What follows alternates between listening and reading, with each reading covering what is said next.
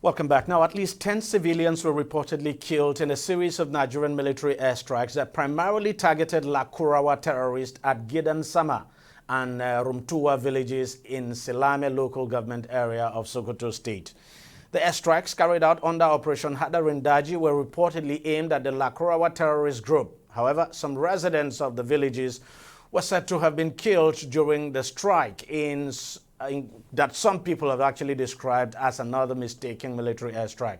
But in a statement, the joint media coordinator for the operation, Abubakar Abdullahi, contended that the airstrikes were based on, quote, thorough intelligence and reconnaissance mission, end of quote, to ensure precision and protect civilian lives. Similarly, spokesperson for the Nigerian Air Force, Olushola Akimboyewa, confirmed that the airstrikes were carried out following credible intelligence and aerial surveillance. He assured that reports of potential civilian casualties would be thoroughly investigated.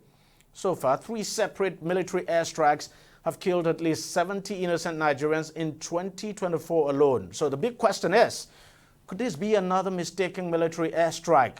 The military, of course, strongly argues that that is not the case and that they are sure of their targets.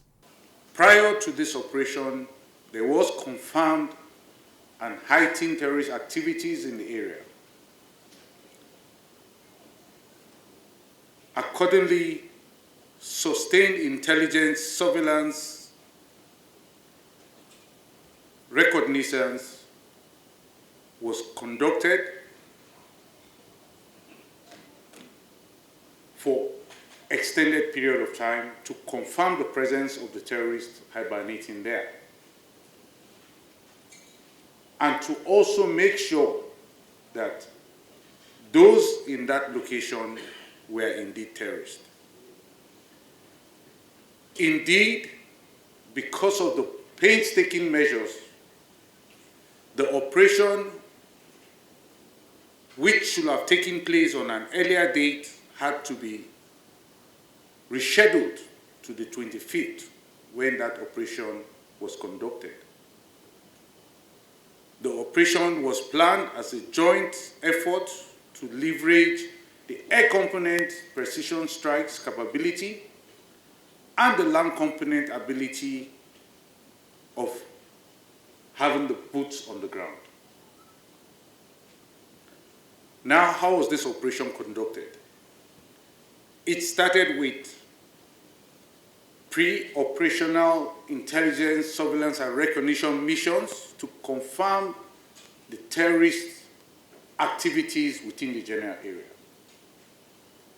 Thereafter, human intelligence were deployed and their reports collaborated the intelligence, surveillance, and reconnaissance findings, emphasizing the strategic importance of neutralizing the location.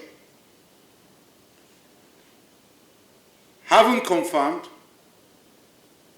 aircrafts were dispatched to conduct precision airstrikes on the identified hideouts at about 0600 hours on that day. The strike was executed with precision-guided munitions to minimize collateral damage. The land component was tactically deployed at blocking positions around the target location to prevent the escape of the Lakurawa terrorist groups, as well as to provide immediate post-strike assessment and follow-up actions. Following the airstrikes, ground forces moved into the area to assess the strike's impact. The ground forces confirmed that the hideout was successfully neutralized with minimal damage observed in the surrounding villages. To unpack all of this with a former director at the Department of State Services, Nigeria's Secret Police, Dennis Amaker, who joins us from the United States of America. Mr. Amaker, thank you very much for your time. Look, the military has defended this to say, look, this was not a mistaken airstrike. Maybe I should just read what the chief, that's the defense spokesperson now, the statement he put out. This was after the statement put out by both the Nigerian Air Force and, of course, the spokesperson of Operation Hadarin Daji. Now, this is from the defense spokesperson, that's General Edward Buba. He said, and I just have to read that. He said, look, there was confirmed terrorist activities in the area prior to the operation through sustained intelligence, surveillance, reconnaissance, reconnaissance conducted for extended period of time to confirm the presence of terrorists hibernating there. Pre-operational intelligence surveillance also confirmed terrorist activities within the general area. That thereafter, human intelligence were deployed and their reports corroborated the intelligence, surveillance, and recognition findings, emphasizing the strategic importance of neutralizing the location. That after confirmation, aircraft were dispatched to conduct precision airstrikes on identified hideouts at about 0600 hours from that date. That the strike was executed with precision guided munitions to minimize collateral damage. Listening to that, what will be your take on this? Because, look, the military is insisting that, look, this was not a mistaken airstrike at all. Yes. Thank you for that question. You see, we have these Lakurawas actually living among the populace. You know, their method earlier on when they came into Nigeria was to try to even serve as a security guard for the communities there.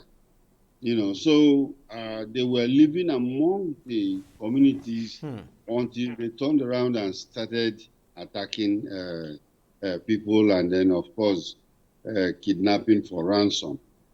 So you find out that to actually isolate and deal with these people is a very difficult issue. And that's why, you know, when they had the, before they went to do the strike, there was serious intelligence work that took place, you know, and of course, you heard the defense spokesman and what he said. You know, I think I will support what he said more than what is going on in the social media right now, because I think they know exactly what to do. This is not the first time. The first time it was a mistake. This one, I think the terrorists were using the villagers, some of them as human shield, and the attack occurred. Now, how difficult? I mean, if these terrorists now begin to use some of these people, you know, some villages as a cover now and live among the people, then it must be pretty difficult for the military to really target at them. Yes, it is very, very difficult, and that's why they have to isolate them. You know, we've still not got the total number of deaths that occurred in that strike. But we know that 10 civilians were killed. You know, so if we know the total number, we will know what actually happened there. Because who they were targeting were the terrorists. And maybe the 10 that we had later must be collateral damage. Yeah, exactly, because they said that they actually targeted the terrorists and actually bombed them, and some of them were even bombed beyond recognition. But this Lakurawa group now, do you see it as a group that is probably going to pose a more serious threat than Boko Haram? Because Boko Haram, no doubt, would appear to be weakened, so to speak. But now, Lakurawa. Yes, Boko Haram in the northeast started just like this. And then, of course, it continued growing because we never paid enough attention to it. Now, these Lakurawa guys have sneaked in under the guise of religion. And then, of course, now they have really showed their color by starting their terrorist activities. This is the time to deal with them. And I'm very, very happy that the Nigerian security forces are after them, seriously after them. So if we continue this trend in dealing with them, I think we can decimate them before they start to grow like the Boko Haram.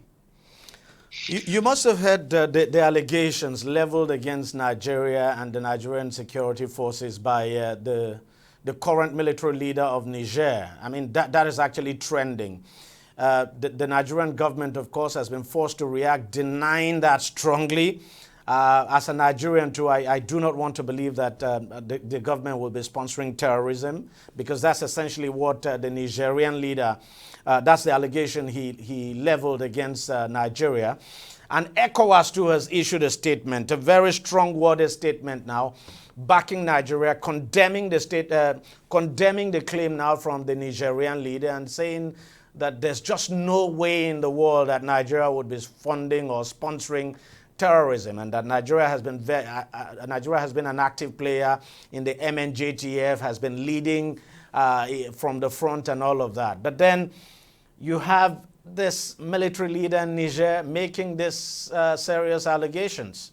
What's your take on this? It's a very complicated international propaganda going on, because when you look at it, Chad, Niger changed their government to a military government, and then ECOWAS took a stance that they are going to attack them within 72 hours if they don't change back to the civilian democracy. Now, they persisted and they said no. And then, of course, they were supported by Mali and Burkina Faso. So during that period,